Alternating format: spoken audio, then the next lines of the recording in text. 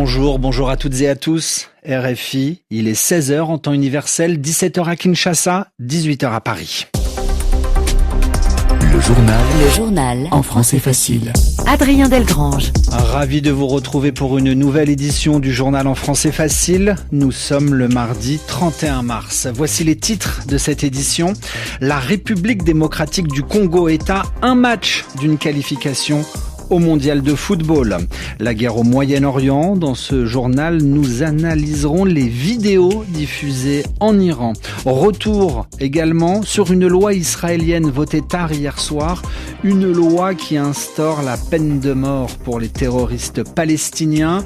Et puis enfin, dans l'actualité française, une grève des enseignants aujourd'hui.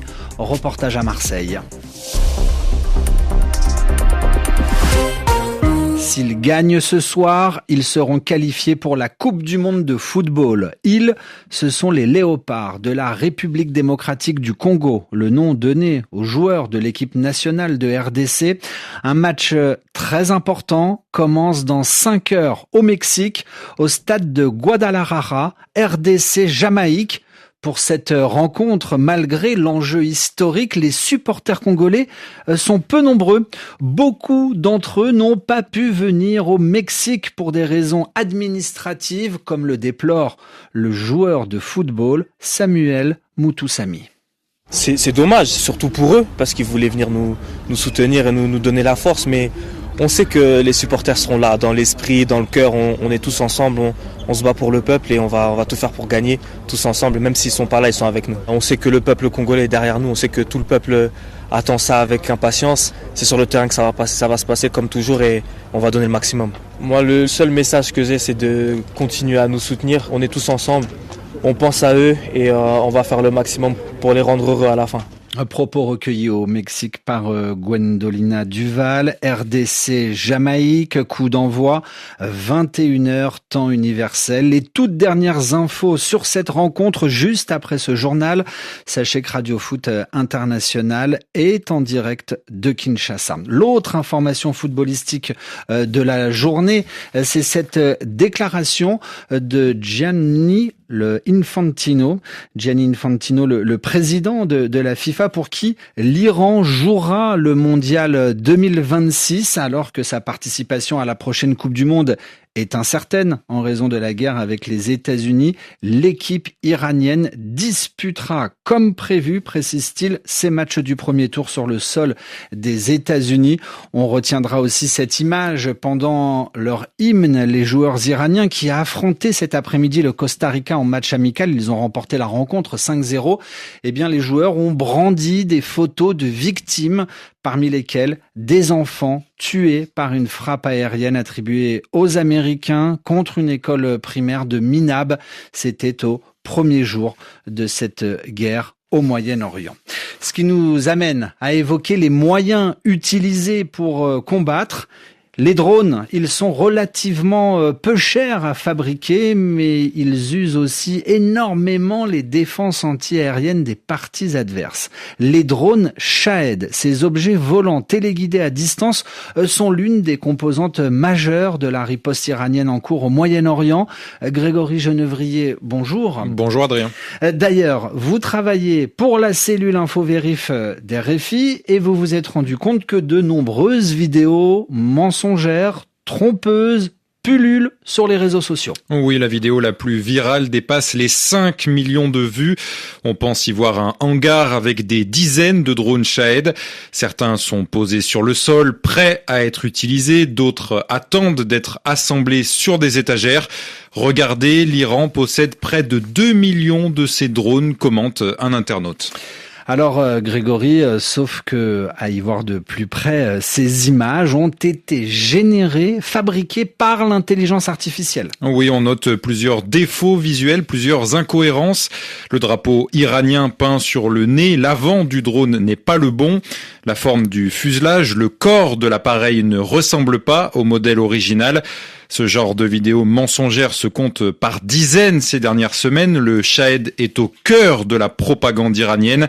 Les comptes favorables au régime en place à Téhéran diffusent ces images pour tromper et pour vanter la puissance militaire de l'Iran. Grégory Genevrier, RFI à Jérusalem, 19h05. Le Parlement israélien a adopté hier soir une loi qui instaure la peine de mort pour les terroristes palestiniens. Avec 62 voix pour, 48 contre, un texte qui vise clairement et uniquement les Palestiniens de Cisjordanie occupée. Cette loi avait été proposée au vote par l'extrême droite israélienne et depuis son adoption, elle suscite de nombreuses réactions. Myriam Azem est responsable de l'ONG Adala, organisation de défense des droits de l'homme. Nous ne sommes pas surpris, mais malgré tout, nous sommes extrêmement indignés et choqués par le niveau de brutalité qui est désormais institutionnalisé. Cette loi s'inscrit dans un corpus, un système qui cible déjà les Palestiniens de manière systématique. Au cours des 20 dernières années, plus de 30 lois ont été créées et ciblent presque tous les aspects de la vie des Palestiniens. Il s'agit donc d'un moment crucial et d'une escalade dangereuse, mais c'est aussi une des lois les plus violentes à avoir été adoptée par la Knesset israélienne. C'est flagrant. Il s'agit d'une escalade de l'état d'esprit des législateurs israéliens. Ils ont un agenda raciste et violent. La loi a été rédigée de manière à ce que les Palestiniens soient le seul groupe de population visé.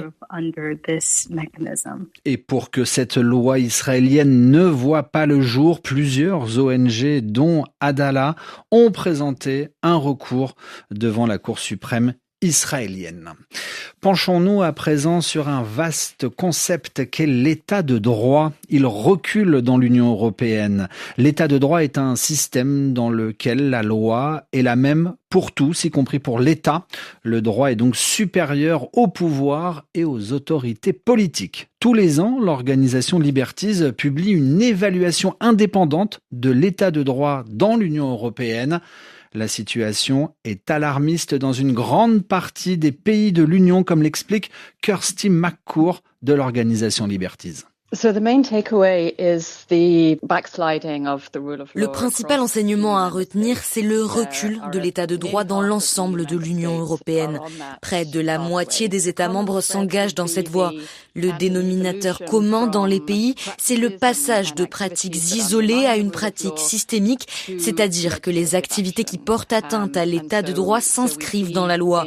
On observe donc dans un bon nombre de ces pays des lois qui restreignent le droit de manifester, d'autres qui limitent l'enregistrement et les activités des associations de la société civile, des lois aussi sur la sécurité très restrictives.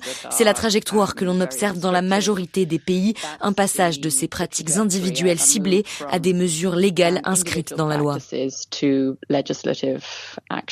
Propos recueillis par Lila Olkinwara. Refermons ce journal par cette grève des enseignants en France. Des professeurs pas contents. Ils protestent contre les suppressions de postes, les fermetures de classes et demandent aussi des augmentations de salaire. À Marseille, la mobilisation est particulièrement importante. Les grévistes ont été rejoints aujourd'hui par des élèves. Reportage RFI de Sophie Bourlet au départ de la manifestation dans un quartier situé juste au-dessus du Vieux-Port. Église des Réformés à Marseille ce matin. Ils sont un millier d'enseignants, de parents mais aussi de lycéens venus manifester. Parmi eux, Franck Neff, syndicaliste Force ouvrière. C'est 4000 postes en moins dans l'éducation nationale, dans les Bouches-du-Rhône. Le directeur académique a décidé 152 fermetures pour 80 ouvertures de classes. On va pas lâcher et on va chercher l'ensemble de nos postes pour nos conditions de travail en tant qu'enseignants, mais aussi pour les conditions d'apprentissage de ces élèves. Les lycéens sont nombreux, dans leurs mains des pancartes « Éducation sacrifiée, génération oubliée ». Thomas est l'un d'eux, il est en première à la Cité scolaire internationale. On est venu manifester, ça fait 3 semaines qu'on se mobilise là, dans nos lycées on bloque, on va se mobiliser pour les coupes budgétaires, le budget de Le Cornu, des postes de profs supprimés, des postes d'AED, on a des classes qui ferment, on a des heures en moins, des options qui vont être supprimées, donc on trouve ça inacceptable et on vient réclamer notre argent. Et puis il y a la guerre, omniprésente dans les slogans. Les manifestants reprochent au gouvernement de flécher le budget vers les conflits plutôt que l'éducation. Sophie Bourlet, Marseille, RFI. Ainsi se referme ce journal en français facile où que vous soyez sur la planète. Merci de l'avoir écouté. Annie Gasnier et ses coéquipiers vous attendent désormais à Kinshasa.